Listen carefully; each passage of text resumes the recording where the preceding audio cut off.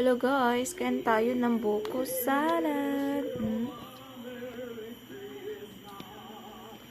Ito yung ginawa kanina ni Dave, siya yung nagkayod ng buko. Siyempre ako tagakain lang. Nagutom ako katatapos ko lang plancha. Alam niyo naman, may pasok bukas. Kwento yung buko, ang sarap ah.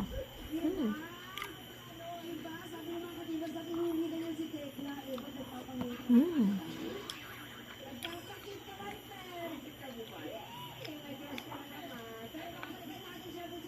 sarap niya guys. Thank you so much po sa inyong support sa akin lagi. Thanks. Bibisitahin ko na lang lagi yung inyong bahay. Alternate lang kasi meron din akong main account na kailangan kong i-workout. Hindi lang yung page ko. Ganon.